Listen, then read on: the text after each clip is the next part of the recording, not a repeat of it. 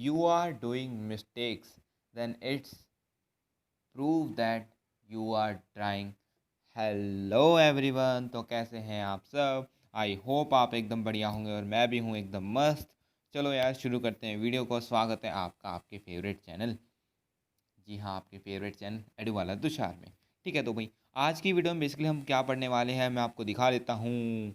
जादुई polynomial function पढ़ने वाले हैं, डीप डाइव करेंगे बिल्कुल पोलिनोमियल फंक्शन की माया में।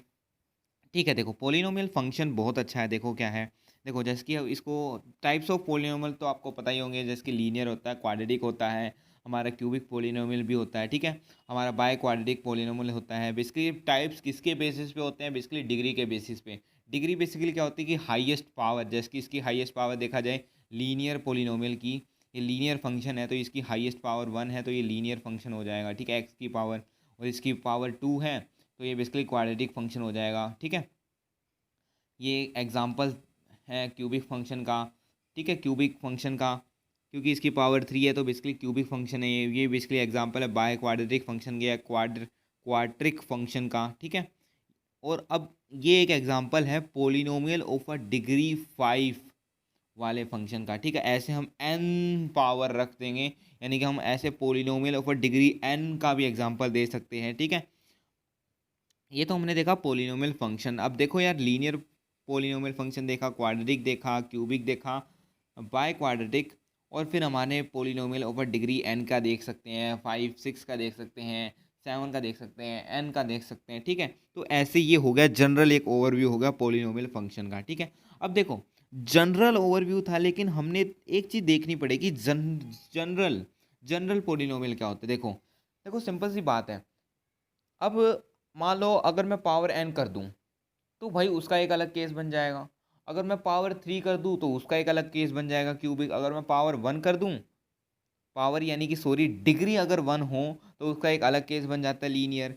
अगर डिग्री 2 हो तो क्वाड्रेटिक, डिग्री 3 हो तो क्यूबिक, डिग्री 4 हो तो बाय क्वाड्रेटिक, डिग्री 5 हो तो पोलिनोमियल फॉर डिग्री 5 हो जाएगा वो। तो यानी कि अगर मैं डिग्री चेंज कर रहा हूँ तो यार पोलिनोमियल जो फंक्शन है वो भी चेंज हो रहा है, आपको दिख ही रहा है। ठीक है, यहाँ इसलिए हमें एक जनरल जनरल पोलिनोमियल की बात करनी पड़ेगी।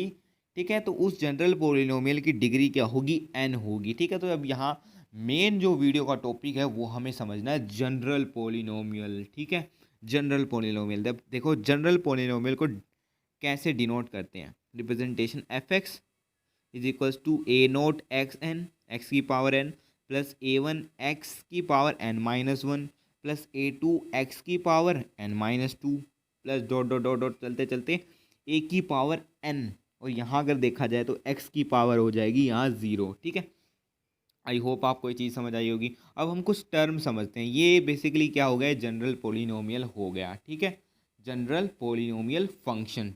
ठीक है, अब इसमें कोई भी पावर रख दो, अगर मैं एक पावर रख देता हूँ तो फिर वो लीनियर बन जाता है, दो रख देता हूँ इसी में तो क्वाड्रेटिक बन जाता है, थ्री रख देता हूँ तो क्यूबिक, तो ऐसे चलता जाएगा। ठीक है, अगर मैं इसमें इसमें बेसिकली क्या पावर 5 रख दूँ तो वो पोलिनोमियल ऑफ डिग्री 5 बन जाएगा। ठीक है, तो समझ आया आपको। ठीक है, अब देखो हम कुछ टर्म्स देखते हैं, जैसे कि ए नोट को हम बेसिकली क्या कहते हैं, leading coefficient of the polynomial. ये क्या है, लीडिंग कोफिशिएंट है पोलिनोमियल का।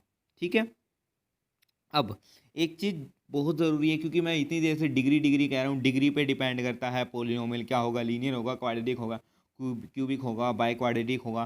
तो ये तो हम जनरल केस की बात कर रहे हैं, तो इसकी डिग्री क्या होगी, इसकी डिग्री देखो एन होगी। लेकिन एक कंडीशन है, एक कंडीशन है, यहाँ हमारा जो लीडिंग कोफिशेंट है विच इज़ ए नोट, ये ज़ीरो के बराबर नहीं होना चाहिए। अगर मान लो ये ज़ीरो के बराबर हो गया तब ये इससे मल्टीप्लाई, देखो ये ज़ीरो हो गया, फिर जब ये इससे मल्टीप्लाई होगा तो ये टर्म ज़ीरो हो जाएगी। तो इसकी पावर इस पोलिनोमियल, इस जनरल पोलिनोमियल की पावर यानी कि हाईएस्ट पावर डिग्री एन नहीं होगी, वो फिर हो जाएगी एन माइनस वन। तो ये कंडीशन है, ये बहुत ज़रूरी कंडीशन है, छोटी सी। ठीक है, अब आगे चलते हैं।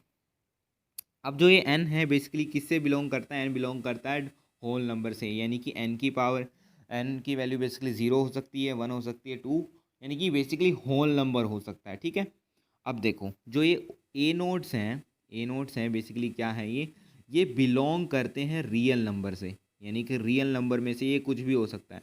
ठीक है, ए नोट्स, ए नोट की वैल्यू A1 की, A2 की और AN की वैल्यू इनमें रियल नंबर में से रियल वैल्यूज़ होंगी इनकी, ठीक है। और ये बेसिकली बेसिक टर्मिनोलॉजी थी और आई होप आपको ये चीज़ समझ आई होगी। अब चलते हैं नेक्स्ट स्लाइड पर, ठीक है।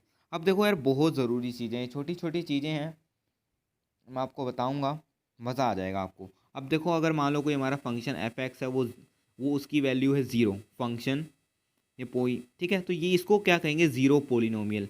अगर इस ज़ीरो पोलिनोमियल की मैं डिग्री की बात करूँ, डिग्री इस वीडियो में पूरी चर्चित रही है, डिग्री बहुत ज़रूरी है। डिग्री क्या होगी इसकी, ज़ीरो की, is not defined for zero polynomial. देखो बहुत ज़रूरी बात है, बहुत ज़रूरी। डिग्री इज़ नॉट डिफाइंड, मैं जूम करके दिखाता हूँ आपको ये चीज़। Degree is not defined for zero polynomial.